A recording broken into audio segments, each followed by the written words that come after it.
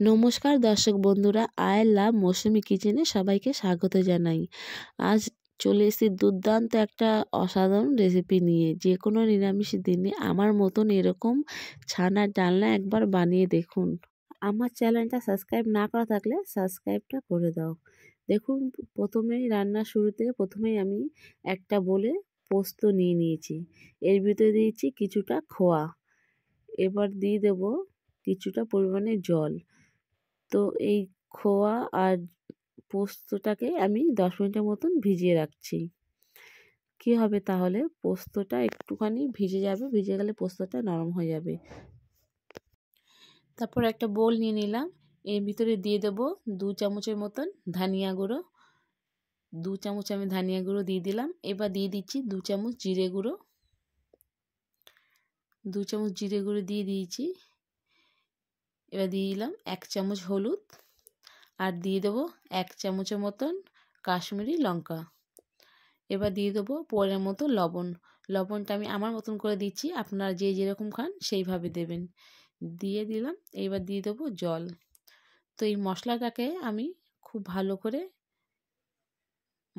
একসাথে দেখো এইভাবে করে আমি গ্রেভি বানিয়ে মশলাটা ভিজিয়ে রেখে দিলাম জলে। এদিকে একটা টমেটো কেটে নিচ্ছি।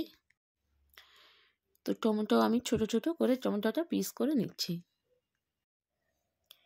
এইভাবে করে টমেটোটাকে আমি কেটে নিচ্ছি। এবার এটাকে আমি টমেটোটা কাটা হয়ে গেছে, এটাকে আমি একটা টমেটো পেস্ট বানিয়ে নেব। তো ছানাটা আমি ঘরেই তৈরি করেছি। তো দেখো এইভাবে করে ছানাটা তৈরি করে নিচে, ওটা দেখানি, পরে তোমাদের দেখিয়ে দেবো ছানার রেসিপিটা। এবার দিয়ে দিলাম এর ভিতরে 1 চামচ আদা। 1 চামচ আদা বাটা দিয়ে দিচ্ছি 1 চামচ মানে হাফ চামচ মতো লবণ। তো লবণটা যে যেরকম খায় সেইভাবে দেবে। তো ছানাটা হয়তো ভাজার সময় ছেড়ে যেতে পারে, এই কারণে দিয়ে দিচ্ছি 1 চামচ ময়দা। এবার দিয়ে দিচ্ছি কিছুটা খোয়া ক্ষীর দিয়ে দিয়েছি। এবার কি করব, সবগুলোকে একসাথে আমি ভালো করে মেখে নেব। একটু ভালোভাবে মাখতে হবে, তাহলে কি হবে, ছানাটা খুলে যাবে না, ছেড়ে যাবে না। হাতের এই জায়গাটা দিয়ে একটু ডলে ডলে মাখবে, তাহলে খুব ভালো ছানাটা সেট হয়ে যায়। তো এইভাবে করে পুরো ছানাটাকে আমি মেখে নিয়েছি। দেখো আমার ছানা মাখাটা কতটাই সুন্দর হয়েছে, পুরো একদম মাখো মাখো হয়ে গেছে। এইভাবে করে ছানাটা মাখতে হবে। তো এবার এইভাবে করে আমি শেপগুলো দিয়ে দেবো। তো তোমরা যে যেরকমভাবে পারো সেইভাবেই একটা শেপ দিতে পারো। তো আমি এইভাবে করে শেপগুলো নিয়েছি। তো সবগুলো আমার বানানো হয়ে গেছে। এবারে তো কড়াইটা আমার গরম হয়ে গেছে। এবার দিয়ে দিচ্ছি এর ভিতরে পরিমাণ মতন তেল।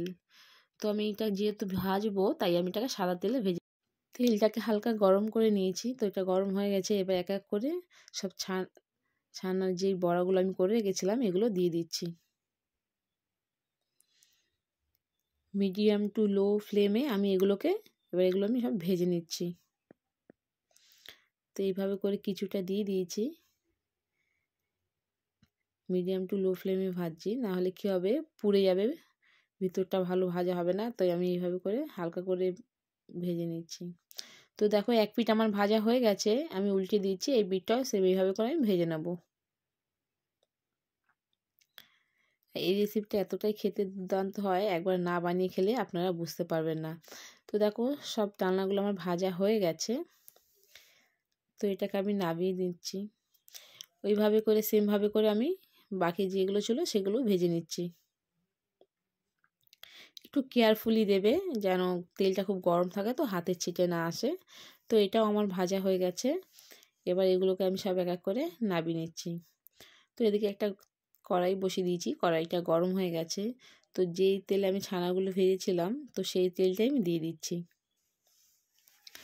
তেলটা দিয়ে দিয়েছি, তেলটা আমার গরম হয়ে গেছে। দিয়ে দিচ্ছি কিছু তেজপাতা, আর দিয়ে দেব কিছু গোটা গরম মশলা। তো কিছু গোটা গরম মশলা দিয়ে দিলাম। এইগুলোকে আমি একটু হালকা করে ভেজে নিচ্ছি। কি হয়, হালকা করে ভেজে নিলে একটা আলাদাই স্মেল আসে। এবার এর ভিতরে এটাকে হালকা করে ভেজে, তো গরম মশলাটা আমার হালকা ভাজা হয়ে গেছে। এর ভিতরে দিয়েছি কিছুটা আদাটাকে দিয়েও আমি হালকা করে ফ্রাই করে নিচ্ছি।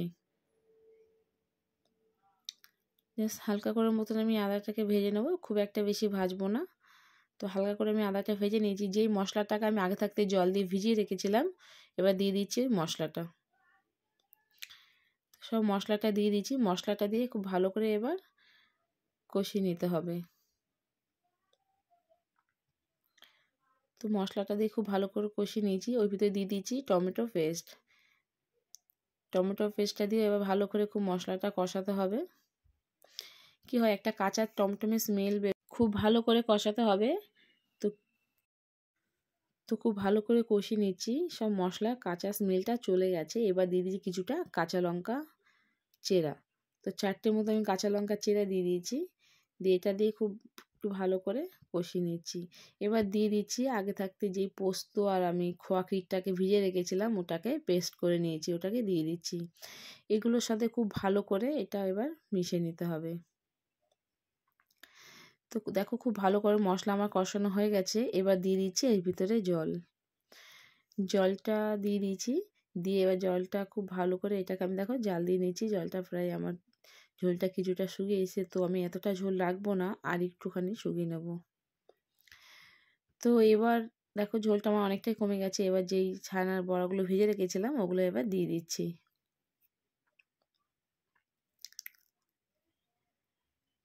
দিয়ে কিছুক্ষণ আমি জাল দিয়ে নেব। কিছুক্ষণ এটাকে রান্না করে নিতে হবে। আর একটু এতটা ঝোল থাকবে না, যেহেতু কি হয় অনেকটা ঝোল আছে, তো ছানার জলটা টানবে। তো আমি ব্যাস এতটাই রাখবো গ্রেভি, এর থেকে বেশি কমাবো না। তো এই গ্রেভিটাই একদম পারফেক্ট। তোমরা রুটি, পরোটা, নান যা খুশি দিয়ে এটা খেতে পারো। তো খুব ভালো খেতে লাগে, পোলাও দিয়েও খেতে পারো। এবার নামানোর আগে এটার মধ্যে আমি একটুখানি দিয়ে দিচ্ছি ঘি। তো আমি হাফ চামচের মতন ঘি দিয়ে দিয়েছি। এবার দিয়ে দেবো এর উপরে কিছুটা গরম মশলা গুঁড়ো। তো হাফ চামচের মতন আমি গরম মশলা গুঁড়ো দিয়ে দিলাম। তো আজকে ছানার ডালনা আমার কমপ্লিট হয়ে গেছে। এইভাবে করে রেসিপিটা স্কিপ করবে না, ফুল রেসিপিটা দেখো, বাড়িতে বানিয়ে একবার খাও। যে একবার খাবে তো সে এরকমভাবেই নিরামিষ রেসিপি খেতে চাইবে, মাছ মাংস খাওয়ার কথা ভুলে যাবে। যদি আমার ভিডিও তোমাদের ভালো লাগে তাহলে একটা লাইক করো, শেয়ার করো, সাবস্ক্রাইব করো, পাশে থাকা বেল আইকনটা প্রেস করে দাও। যখনই আমি নতুন নতুন ভিডিও যাবো তোমাদের কাছে সবার ফার্স্ট পৌঁছাবে। বা